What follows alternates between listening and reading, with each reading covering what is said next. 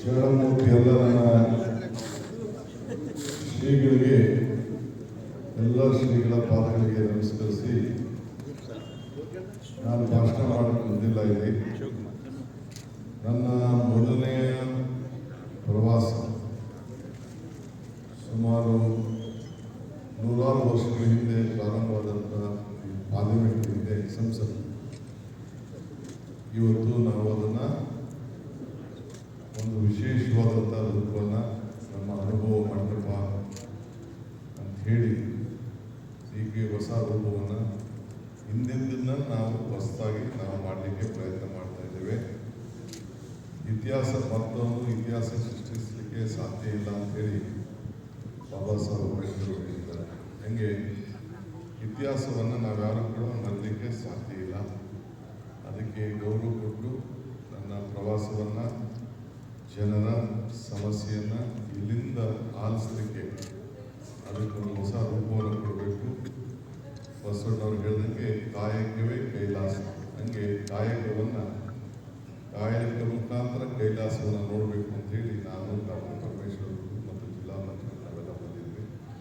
ಈ ವೇದಿಕೆ ಮುಖಾಂತರ ಈ ಒಂದು ಪವಿತ್ರವಾದಂಥ ಭೂಮಿಯಿಂದ ಒಂದು ಮನವಿ ಮಾಡ್ತಾ ಇದ್ದೇನೆ. ಎಲ್ಲ ರಾಜ್ಯದ ಎಲ್ಲ ನಮ್ಮ ಕಾರ್ಯಕರ್ತರಿಗೆ, ಮುಖಂಡರಿಗೆ, ಯಾರ್ಯಾರಿಗೆ ನನ್ನನ್ನು ನೀವು ನಾಡಿನ ದೊರೆ ಅಂತ ಯಾವುದು ಕರೆಯಬಾರದು.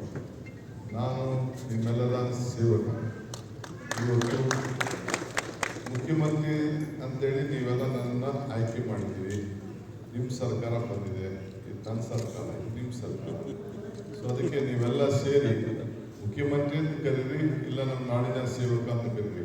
ದೊರೆ ಅನ್ನೋ ಪದ ಇಲ್ಲಿಂದ ಇವತ್ತಿಗೆ ತೆಗೆದಾಕ್ರಿ ಅಂತೇಳಿ ನಮ್ಮಲ್ಲಿ ನಾನು ಮನವಿ ಮಾಡಿಕೊಳ್ತೇನೆ.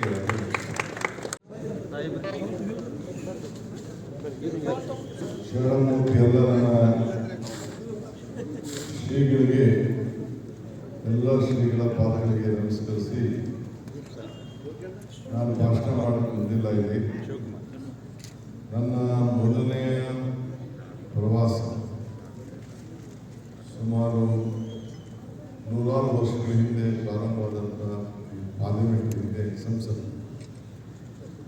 ಇವತ್ತು ನಾವು ಅದನ್ನು ಒಂದು ವಿಶೇಷವಾದಂಥ ರೂಪವನ್ನು ನಮ್ಮ ಅನುಭವ ಮಂಟಪ ಅಂತ ಹೇಳಿ ಹೀಗೆ ಹೊಸ ರೂಪವನ್ನು ಹಿಂದಿಂದನ್ನು ನಾವು ಹೊಸದಾಗಿ ಮಾಡಲಿಕ್ಕೆ ಪ್ರಯತ್ನ ಮಾಡ್ತಾ ಇದ್ದೇವೆ.